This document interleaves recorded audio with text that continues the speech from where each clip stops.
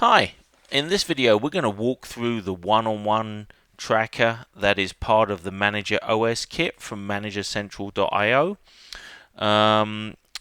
One-on-ones really are one of the most important meetings you can actually have as a manager. They're super valuable.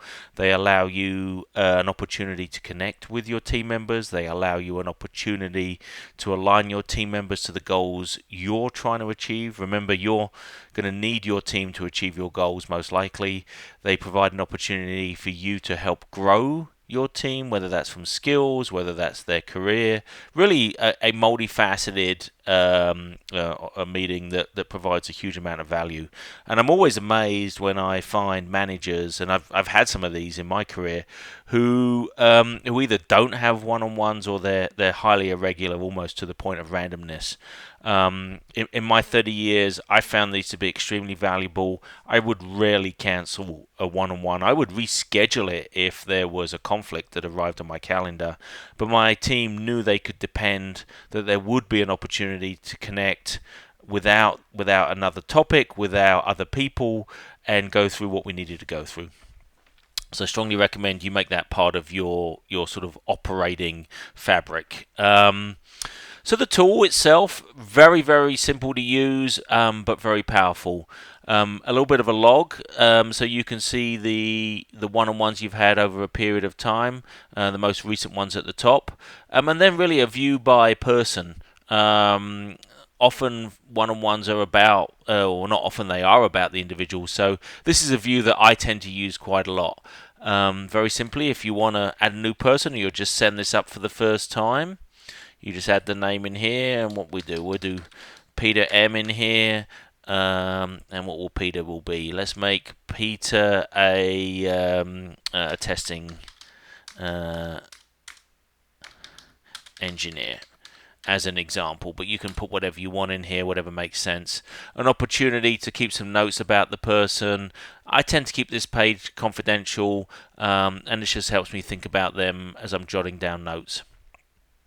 So as you can see, super fast to add a person, and as I said, you can go in and you can see the past one-on-one. So if you just want to go back and look for this person, you can do that. Also, just as easy to add new one-on-ones. You just come over here, you click the new button. I like to open it up in full page just for me. And I also like to keep the name of it. So let's say we were doing one for Sue. The day, I typically prepare these a day or two in advance. I don't like to do longer than that, otherwise the information is not fresh and it's not top of mind. So in this case, we'll be preparing one for tomorrow, who it's for. And then this is a great little tool, tags, to really put the key topics that are in here. Strongly recommend you make use of these. They allow you to do all sorts of things. For example, at year end, if you're performing a review and you want to go back and see how they did on a particular project, if you tag your one-on-ones with the right tag, so if you were speaking about this particular project, it would be on here, or if you were speaking about growth, it would be on here. It makes it incredibly easy to go back and find the right the right sources of data and add them into the year-end or mid-year reviews or quarterly reviews, whatever it is you're doing. Then we've put a little bit of a streamlined sort of framework to walk through. I try and stay reasonably close to this, and I found that's useful for my team. They sort of get into the cadence. They know how this is going to go. They know where to bring up the appropriate item, and it flows pretty well.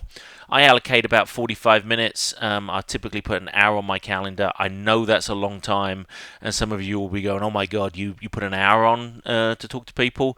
I try that. Don't always succeed. Often it will shorten to half an hour, but as I said, I will rarely cancel it. I'd rather do 30 minutes than cancel it.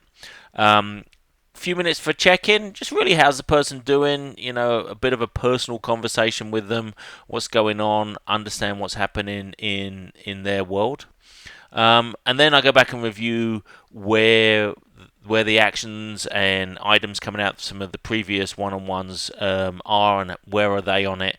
And this is really the prep where I do the most work. I'll go back and look at the previous 1, 2, or 3 one-on-ones and make sure I've got the notes in here to go over. Each section, by the way, each section has a notes section. Strongly encourage you to be filling that out. Just jot down a few key points in there. It is huge to have that record and to go back and find that.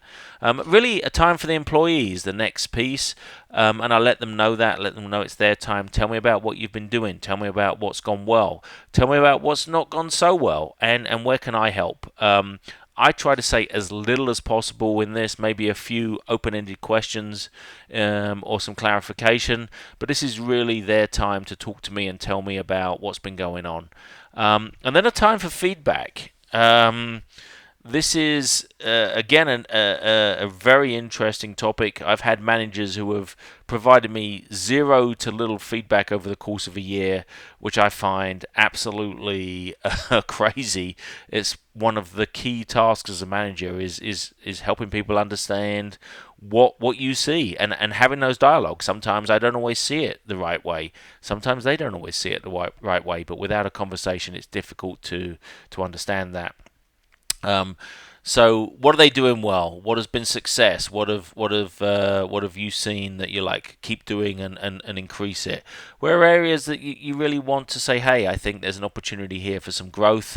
As I'm sure everyone is aware, specificity is really the answer here. As specific as possible, and it's important to try not to make this an argument. People can be very defensive as humans. That's sort of our default position. And I will often, if I find someone's not really open to listening, I'll hold it for another meeting and try and pitch it another way. There's not a lot of point in getting argumentative about items. This is more of a, hey, this is what I'm seeing, and let them think about that for a little bit.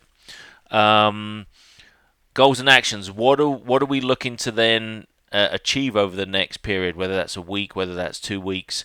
What are we going to be focusing on? And this is the area that we'll pull into the review as we come into the next one-on-one, and make sure it's clear. Make sure everyone understands, and make sure what that person is expecting from you to get it done. Then a quick wrap up. The important part here is I use this as an opportunity to say thank you. It's important that employees feel recognised, and it's important as a manager you are recognising these people. So a big thank you is often what I'll throw out. If we've got the next meeting on the calendar, or we need to get it on the calendar, we'll confirm that, and really just a recap of the points there.